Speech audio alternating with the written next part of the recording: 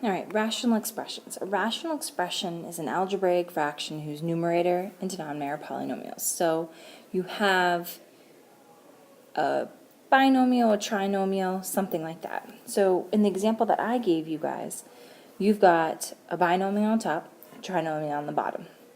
So what we have to remember is what makes a fraction undefined. Well, to be undefined,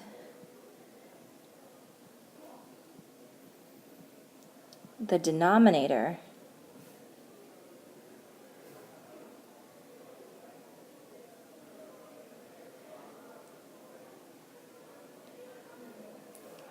is equal to 0. So the first few examples, we're going to look at what makes the fraction 0. Okay, so excluded values. Very simply, you take your denominator, set it equal to 0, and then solve for the variable. So in this first one, when m is equal to 6, it's undefined. In the second example, I'm going to take that b plus 7, again set it equal to 0, subtract 7 from each side, and b equals negative 7. So when b is equal to negative 7, it's undefined. Okay, so state the excluded values of this. Well, denominator looks a whole lot different than the last one. So what we need to do is we need to look to see if we can factor this out. Okay, so thinking about this, we've got negative 12 on our x, negative 1 on the bottom. So we're looking for that combination. So I know that 4 times 3 gives me 12. And if I subtract those numbers, or have one that's negative and one that's positive, I'm going to end up getting negative 1. Okay, so in this case, I know that negative 4 and 3, when they add up together, will give me negative 1. So I'm going to rewrite my equation factored as a minus 4, a plus 3. So that becomes the denominator of our fraction. Next step is to then take each of these equations and set them equal to 0, just like we did with the other ones on the other slide. So in this case, when we go through and add 4 to a with the equation on the left-hand side, we've got a is equal to 4, and then the other one is a is equal to negative 3. So these are the two excluded values that would make our denominator 0. Okay. So to simplify rational expressions with monomials, we cancel out common factors. So we talked about this at the beginning of the year. So we have, let's just look at this. We've got negative 7 and positive 21 on the bottom. So if we divide top and bottom by 7, we should get negative 1 over 3. Then we look at the a's. So we have 2 on the top, 5 on the bottom. So if we canceled out those pairs, so we're just really subtracting those exponents, I'm going to have a is equal to 3 on the bottom. Then we look at the b's, subtracting those exponents. And the bottom one, if it's just b, it's b to the first power. So you're going to go 3 minus 1 is just b squared. So this is our answer simplified. So we're just subtracting exponents, trying to reduce fractions when we can. So we're going to look at what happens if we have trinomials. So the first thing we have to do is we need to figure out what each of these is factored. So we have this top one where we have 14 and negative 9.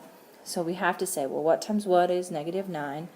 Or what times what is 14 but adds up to negative 9? So 7 and 2 come to mind, and if I make them both negative, they'll add up to negative 9.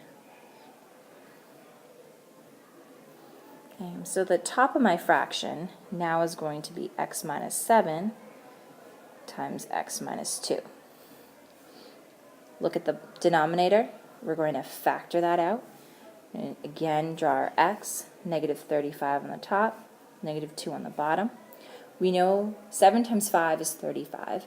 So if we subtract them, we can get a 2.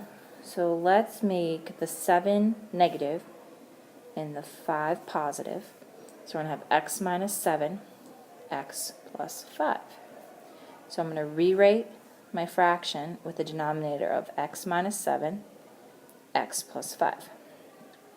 So then we look and we say, wow, we have something that's the same. So we get to cancel out the x minus 7 on the top and the bottom, and our fraction reduces to x minus 2 on the top, x plus 5 on the bottom.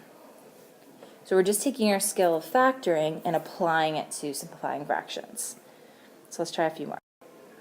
Okay, so the first one on the top here, we've got 4x plus 16. Well, I know that 4 goes into itself once, and 4 goes into 16 4 times. So I'm going to rewrite the top as 4 times x plus 4. The bottom, I'm going to look at negative 36 and negative 5. So what times what is 36, but adds up to negative 5? We've got 12 and 3, but that wouldn't work. 6 and 6 wouldn't work. Does 4 go into it? Yes. How many times? Would be 9. 4 and 9. 4 and 9 would work. So we have to make the 9 negative. So on the bottom we'd have x plus 4, x minus 5. We're going to cancel out the x plus 4s because they're the same. So we're left with 4 over x minus 5. Okay, next one. Top, we should see that we can divide 3 into itself as well as negative 15.